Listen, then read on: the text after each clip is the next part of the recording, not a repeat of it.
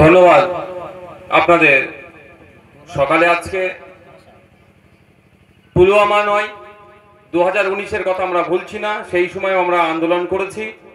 Recent পাহেলগাঁওতে যে বর্বরোচিত সন্ত্রাসবাদী হামলা হয়েছিল, সেই হামলায় আমাদের দেশের 26 জন নাগরিক শহীদ হয়েছে এবং হামলার জবাব দিতে গিয়ে আমাদের এক বীর সেনাও শহীদ হয়েছে। তাদের স্মরণে সকাল থেকে রক্তদান শিবির হয়েছে, বিকালে একটা প্রতিবাদ সভা হচ্ছে। রক্তদান শিবিরে যে সমস্ত রক্তযোদ্ধারা রক্ত দিয়েছেন তাদেরকে আমি সংগ্রামী অভিনন্দন জানাই। সাথে সাথে আজকে যারা উপস্থিত হয়েছেন, বাপ ভাই মা বোনেরা যারা উপস্থিত হয়েছেন, আমাদের রাজ্য কমিটির নেতৃত্ব, জেলা কমিটির নেতৃত্ব এবং বিভিন্ন গুণীজন যারা, এবং সাথে সাথে এই যে মাদারপাড়া মাদ্রাসার অভিভাবক প্রতিনিধি নির্বাচনে যারা আমাদের পক্ষ থেকে কন্টেস্ট করছেন, যারা উপস্থিত হয়েছেন, মিডিয়ার বন্ধু সহ প্রশাসনের কর্মকর্তা, যাদের সহযোগিতাতে আজকে প্রোগ্রাম সুষ্ঠুভাবে হচ্ছে, প্রত্যেককে আমি ধন্যবাদ জানাই। গতকাল ঠিক এই টাইমে আমি মাইক ধরেছিলাম হরিণঘাটার একটি জনসভায়। সেই জনসভায় দাঁড়িয়ে বলেছিলাম 14 দিন পার হতে চলেছে, আর সহ্য করা যাচ্ছে না। দেশের সরকার কি করছে, স্বরাষ্ট্র দপ্তর কি করছে, ডিফেন্স মিনিস্টার কি করছে, 56 ইঞ্চির ছাতিওয়ালা কি করছে। আমাদের সেনারা রেডি আছে, একবার সেনাদের সুযোগ দিক, যোগ্য জবাব দিয়ে আসবে। গতকালকে বলেছিলাম ঠিক রাত্রি 1:30টার দিকে আমাদের সেনাদের হুকুম পেয়েছে, সেনারা আদেশ পেয়েছে 25 থেকে 30 মিনিটের মধ্যে সেনারা তাদের কলিজা দেখিয়ে পাকিস্তান থেকে যারা আমাদের দেশের অস্থিরতা তৈরি করার চেষ্টা করছিল, সেই সমস্ত জঙ্গি গুলো এবং জঙ্গির ঘাঁটিগুলো একাধিক ধ্বংস করে দিয়েছে। এ থেকে বোঝা যাচ্ছে আমাদের সেনারা সবসময় প্রস্তুত আছে আমাদের দেশের দিকে যারা তাকাবে তাদের চোখকে উপরে নেওয়ার জন্য। কিছু সংখ্যক রাজনৈতিক কারবারিরা রাজনৈতিক স্বার্থ চরিতার্থের জন্য এদেরকে যত সময়ে ব্যবহার করেনি। কেন 14 দিন পরে হলো, এখানেও অনেক প্রশ্ন থেকে যাচ্ছে। সময় কথা বলবে, কিন্তু আমি অভিনন্দন জানাই, শুভেচ্ছা জানাই আমার এই 3 বিভাগের সেনাকে, এয়ারফোর্সকে, নেভিকে, ইন্ডিয়ান আর্মি, এই 3 বিভাগ মিলে যে স্ট্রাইক চালিয়েছে, যে আক্রমণ চালিয়েছে, আমাদের সেনার পক্ষ থেকে প্রেস স্টেটমেন্টও দেওয়া হয়েছে যে কোনো সাধারণ মানুষের উপর আক্রমণ হয়নি। যারা আক্রান্ত হয়েছে বা যাদের উপর আক্রমণ করেছে তারা ওখানে থেকে সমাজ বিরোধী, ভারত বিরোধী কার্যকলাপ পরিচালনার চিন্তা ভাবনা করতো বা ওখানে থেকে করতো, তাদের উপরে আক্রমণ হয়েছে। আমি এই মঞ্চ থেকে আমাদের সেনাদেরকে ধন্যবাদ জানাই। আমাদের পার্টির স্ট্যান্ড এই যেটা চালিয়েছে এটাকে সমর্থন করেছে এবং সাথে সাথে দেশের প্রধানমন্ত্রীর কাছে আহ্বান করেছে আগামী দিনে পাকিস্তানের জমিনে কোন ধরনের ভারত বিরোধী জঙ্গি কার্যকলাপ না হয় সেটাও পাকিস্তান সরকারকে দেশের সরকারের মাধ্যমে জানাতে হবে। বারবার এই ধরনের অরাজকতা হচ্ছে, নাকি বর্ডার পাড়িয়ে চলে আসছে, এসে আমাদের নিরীহ মানুষগুলোকে শহীদ করে চলে যাচ্ছে। তবে এই ঘটনা ঘটেছে গত রাত্রে, যেটা সেটাকে সমর্থন জানিয়ে গুটি কয়েক কথা বলতেই হবে। যে কথা আমাদের ভুলে গেলে চলবে না, বর্ডার থেকে 300 কিলোমিটার যেখানে আক্রমণ চালিয়েছে সেখানে পৌঁছাতে গেলে একাধিকবার যেখানে আমাদের সেনা যারা আছেন তারা চেক করে, তারপরেও কিভাবে বর্ডার থেকে 300 কিলোমিটার পার করে এসে আমাদের নিরীহ 26 জনকে শহীদ করে আবার গায়েব হয়ে গেল। এর তদন্ত হওয়া দরকার নেই ভাই? কাদের গাফলতি আছে, কারা ছেড়েছে? বাকি আপনার কাশ্মীরের মতো জায়গাতে 10 মিটার, 20 মিটার, 15 মিটার ছাড়া ছাড়া যেখানে সেনা থাকে ওখানে প্রায় 12 থেকে 14,000 মানুষ ছিল, তাহলে ওখানে কেন সেনা ছিল না? এর জবাবটা আমাদেরকে জানতে হবে না? যেমন পাকিস্তানের বিরুদ্ধে লড়াই করছে দেশ, দেশের আর্মিদেরকে আমরা সাপোর্ট করছি, দেশের পাশে আমরা থাকব, সাথে সাথে দেশের দায়িত্বশীল নাগরিক হিসাবে আমরাও প্রশ্ন তুলব। এর উত্তরগুলো দেশ যারা চালাচ্ছে তাদেরকে দিতে হবে। তাদের ষড়যন্ত্র ছিল, ওখানে 2 ঘন্টা পরে কেন সেনা গেল? আমাদের নাগরিকদের ওখানে যারা হত্যা করলো তাদেরকে খুঁজে বার করা কেন হচ্ছে না, সেটাও আমাদেরকে জানাতে হবে। কি ভাই, সহমত তো নাকি? না হলে বলবে 9টা জায়গায় গুড়িয়ে দিয়েছি, তোমরা ভুলে যাও। আগামী দিনে তাহলে এই ধরনের ঘটনা ঘটলে জবাব দিতে পেরে কে? আমাদের প্রশ্ন করতে হবে। যেখানে বিভিন্ন ধরনের আর্মি আছে, বিভিন্ন ধরনের গোয়েন্দা আছে, প্রায় 8 থেকে 12 লক্ষ সামরিক বাহিনী, আধা সামরিক বাহিনী যে স্টেটে আছে, পৃথিবীর কোন জায়গায় এই ধরনের এত বাহিনী নাই যেখানে কাশ্মীরে আছে। সেখানে এত বড় ঘটনা ঘটালো, পার্কের মধ্যে ঢুকে দরজা দিয়ে গেট লক করে ধর্ম দেখে দেখে নাকি গুলি করলো, আবার তারা গায়েব হয়ে গেল। সেই সময় আমাদের ওখানে যারা ডিউটিরত ছিল তারা কোথায় ছিল?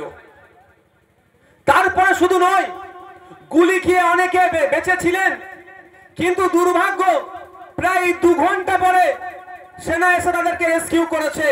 এই 2 ঘন্টার মধ্যে গুলি খেয়ে অনেকে প্রাণ গিয়েছে। তাহলে প্রশ্ন উঠবে না 2 ঘন্টা পরে কেন সেনা আসলো? সেনার কাছে খবর নিশ্চিতভাবে যায়নি, বা সেনাকে কেউ আটকে দিয়েছে? এটাও তদন্ত সাপেক্ষ, এইটাও তদন্ত হওয়া দরকার।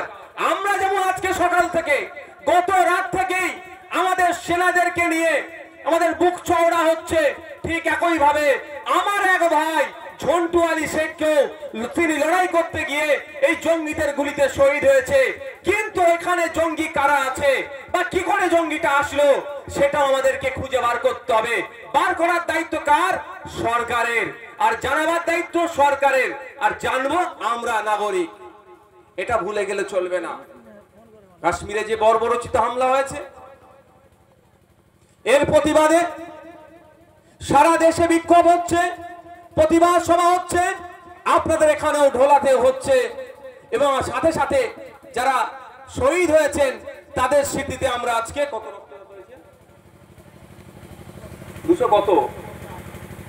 204 জন রক্ত যোদ্ধা তাদের স্মৃতিতে রক্ত দিয়েছে। সাথে সাথে এটা আপনাদের বলে রাখি, মায়েরা হেভি সংখ্যায় সেখানে এসেছেন। আপনাদের বলি যে গত রাত্রে পাকিস্তানের বিরুদ্ধে যে স্ট্রাইক চালিয়েছে, যে লড়াই হয়েছে, এই লড়াইয়ের নেতৃত্ব যারা ছিলেন তাদের মধ্যে অন্যতম 2 জন কিন্তু আপনাদের মহিলা সমাজ থেকে এসেছিল। কর্নেল সুফিয়া কুরেশি এবং আপনার ভূমিকা সিং, উনি হচ্ছেন উইনিং কমান্ডেন্ট ভূমিকা সিং। আপনাদের মহিলা সমাজ থেকে উঠে এসেছে। ভাইকে দাদাকে খুন করেছে, বদলা দিদিরা বোনেরা নিয়েছে। আর যারা এই খুনটাকে ধর্মের ভিত্তিতে ভাগ করতে গিয়েছিলেন তাদেরকে আর্মিরা একটা বকলমে সবকের চড় দিয়েছে। কি সবক, কি পাঠ দিয়েছে? দেশ যখন বিপদে, দেশের যখন প্রশ্ন আসবে, তখন ধর্ম, জাত, লিঙ্গের ব্যাপার হয় না। কারণ করলেন সুফিয়া কুরেশি, তার ধর্ম আমরা যেমন দেখি না, ঠিক একই ভাবে আমাদের পাশের বাড়ির লোক সমীর গুহকে যারা খুন করেছে তাদেরও ধর্ম আমরা দেখি না। একটাই তাদেরকে বুঝি, যারা বন্দুক নিয়ে এসে আমার 27টা ভাইকে খুন করেছে তারা সন্ত্রাসী, তাদের বিরুদ্ধে দেশ লড়াই করবে।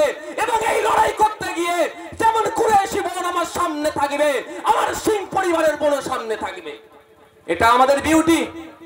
এটা কি বিজেপি ধ্বংস করতে চাইছে, আর তার লালন পালন আমাদের রাজ্যে হচ্ছে।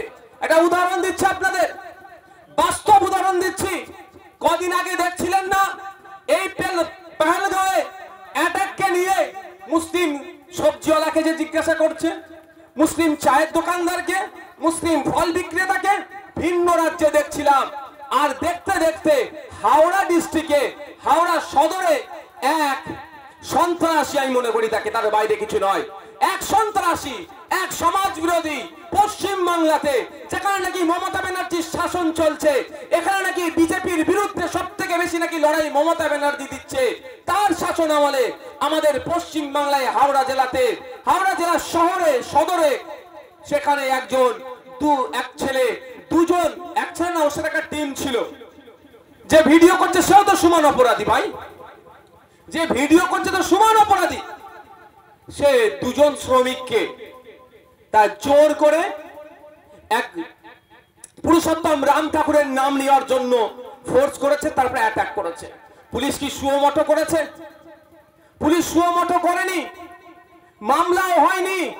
তারপরে ইন্ডিয়ান সেকুলার ফ্রন্টের হাওড়া কর্পোরেশনের যারা দায়িত্বশীল লিডার তাদের নজরে আসে, যাদেরকে হুমকি দিল, যাদেরকে মারধর করলো, তাদেরকে খুঁজে বার করে মেডিকেল করিয়ে থানায় এফআইআর করতে নিয়ে গিয়েছিল।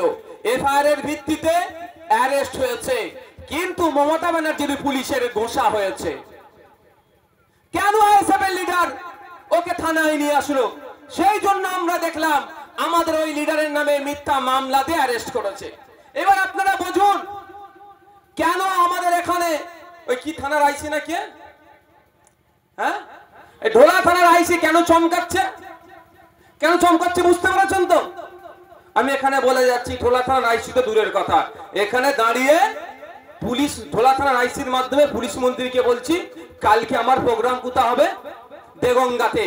ওদের যদি ক্ষমতা থাকে বন্ধ করে দেখাতে বলো, যাও। আগামীকাল প্রোগ্রাম কোথায় হবে? কোথায় হবে? দেগঙ্গাতে হবে। দম থাকলে প্রোগ্রাম বন্ধ করতে বলো, নওশাদ সিদ্দিকী ওখানে যাবে। আমার অধিকার, দলিতের অধিকার, আদিবাসীর অধিকার, মুসলিমের অধিকার ক্রমশ খর্ব হচ্ছে। অধিকার সুনিশ্চিতের লড়াই নেমেছি, সংবিধানে আঘাত আসছে, সংবিধানকে বাঁচাবার জন্য নেমেছি। কোন চটে চাটা পুলিশের কথা শুনে প্রোগ্রাম কেউ বন্ধ করবে না। আর একটা কথা বলে রাখছি, অবশ্যই পুলিশকে আমি সম্মান দিই, পুলিশ আমাদের পরিবারের একটা গুরুত্বপূর্ণ সদস্য, কিন্তু যে পুলিশ যদি মনে করে মমতা ব্যানার্জি তাকে বাঁচিয়ে নেবে, মনে রাখবেন কত থানার আইসিরা কলকাতার হাইকোর্টে গিয়ে আইএসএফ এর মামলাতে ঝুলছে, একটু তাকেও বলবে জেনে নেবে মমতা ব্যানার্জি বাঁচিয়ে নেবে, বাঁচাতে পারে, কিন্তু মামলা ভাই আমরা তুলবো না। আজ নয় কাল কি করবে, একটু ঢিলে করাচ্ছে, করুক। বর্ষি আমরা কিন্তু গীতে দিয়েছি ভাই, কি বলছি বুঝতে পেরেছেন তো? আমাদের আবু সিদ্দিককে খুন করেছে, মনে আছে তো? আপনারা ভুলে গেছেন কি জানি না, আমি ভুলিনি। বর্ষি গীতে দিয়েছি ভাই, বড় মাছ তো এখন খেলছি, খেলুক। আমাদের হাতে তো এ আছে, কি বলে, হুইলের, আমার হাতে তো হুইল, মানে আমাদের হাতে তো হুইল। বড় মাছ এখন এদিক সেদিক খেলছে, বড় পুকুর, খেলো। তোমাকে বর্ষি আমরা গীতে রেখে দিয়েছি, তুমি যখন যত ইচ্ছা খেলে নাও, দিনের শেষে কিন্তু আমরা তোমাকে গুটিয়ে আইনের মাধ্যমে তুলবো, এটা মাথায় রেখো। তাই সুতরাং পুলিশ বন্ধুদের বলবো, আপনারা নিরপেক্ষতা বজায় রেখে কাজ করবেন। কে কোথা প্রতিবাদ করবে কি করবে না আপনারা ডিসাইড করতে পারেন না। যদি এই ধরনের কথা কেউ বলে থাকেন, আমি মনে করি সংবিধান বহির্ভূত সে কথা বলছে। কারণ সংবিধান আমার দেশের ডেমোক্রেসি আমাকে প্রোটেস্ট করার পূর্ণ স্বাধীনতা দিয়েছে। হ্যাঁ, প্রশাসন বলতে পারে ভাই তুমি বা আপনি বা যা বন্ধু হলে, সমবয়সী হলে, ভাই তুমি যে প্রোগ্রামটা করছো একটু লক্ষ্য রেখো যাতে শান্তিপূর্ণ হয়। অবশ্যই সেটা সাজেস্ট করতে পারে, অবশ্যই সেটা বলতে পারে, কিন্তু প্রোগ্রাম করব, ধমকাবো, চমকাবো, ও তো আপনার ধমকানো চমকানো রেখে দেন। যেখানে যেখানে ধমকাবে চমকাবে সেখানে সেখানে বেশি বেশি প্রোগ্রাম করব আমি। সরকার বলে দিয়েছে আমি ঘুমাবো নাকি? সরকারটা কে? কে? মমতা ব্যানার্জি?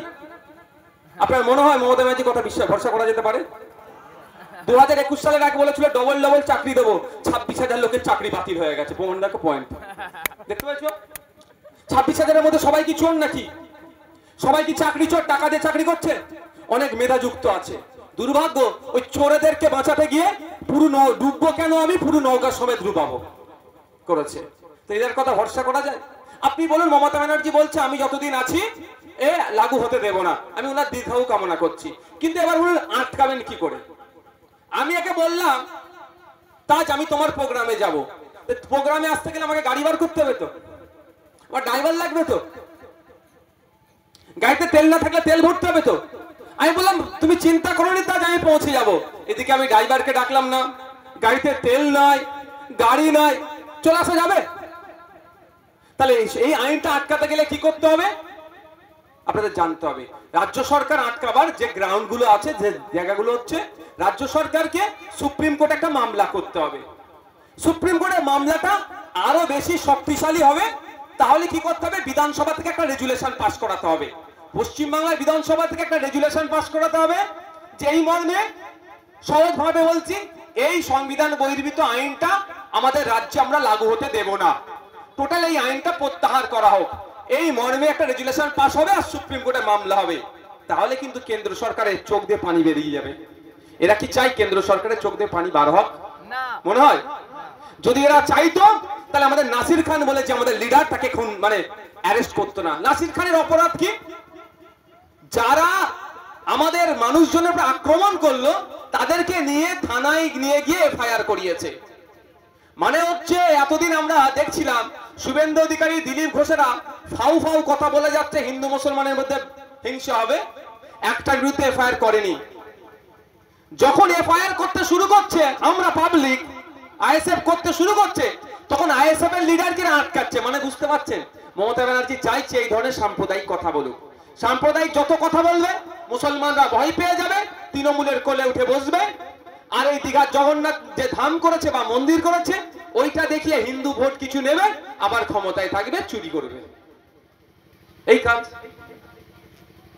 এবার আপনারা বুঝুন আমরা কোন জায়গায় দাঁড়িয়ে আছি। কটা বাজে?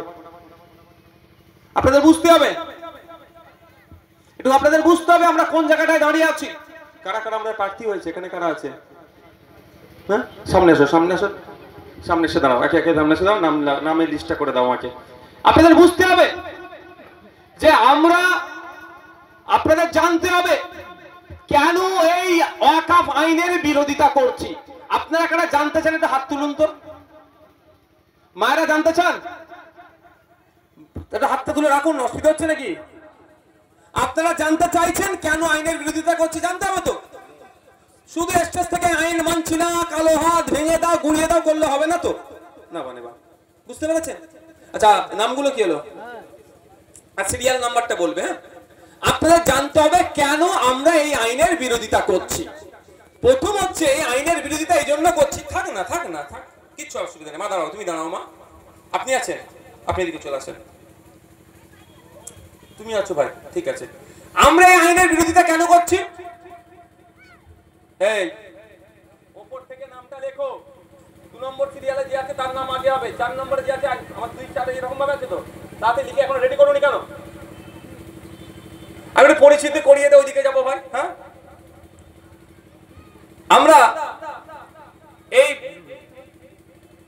মাদারপাড়া হাই মাদ্রাসার পরিচালন সমিতির নির্বাচন হতে চলেছে। অভিভাবক প্রতিনিধি মাদ্রাসার মধ্যে 6 জন থাকে। সেই নির্বাচনে আমরা অংশগ্রহণ করেছি। কেন করেছি? আমরা চাইব ওই শিক্ষা প্রতিষ্ঠানের শিক্ষার পরিকাঠামো ফিরিয়ে নিয়ে আসার জন্য। যে দুর্নীতি হচ্ছে মিড ডে মিল থেকে শুরু করে বিভিন্ন পর্যায়ে, সেইগুলো আটকানোর জন্য এবং শিক্ষার পরিবেশ ফিরিয়ে নিয়ে আসার জন্য। তাই আমরা কন্টেস্ট করছি। এই কন্টেস্টের মধ্যে আমাদের যেগুলো প্রার্থী আছে এবং যে সিরিয়াল নাম্বারগুলো আছে, আপনারা যারা ভোটার আছেন এখানে, গার্জিয়ান বা যারা এসে পৌঁছাতে পারেনি তাদেরকে একটু পৌঁছে দেবেন, পারবেন তো ভাই? প্রথম কত নম্বর? 2 নম্বর। 2 নম্বর সিরিয়ালে আলী আকবর মোল্লা, হাত তোলো, সামনের দিকে গিয়ে আসো। এই ভাই অভিভাবক প্রতিনিধি হয়ে নির্বাচনে অংশগ্রহণ করেছেন আমাদের পক্ষ থেকে। পিছিয়ে আসো।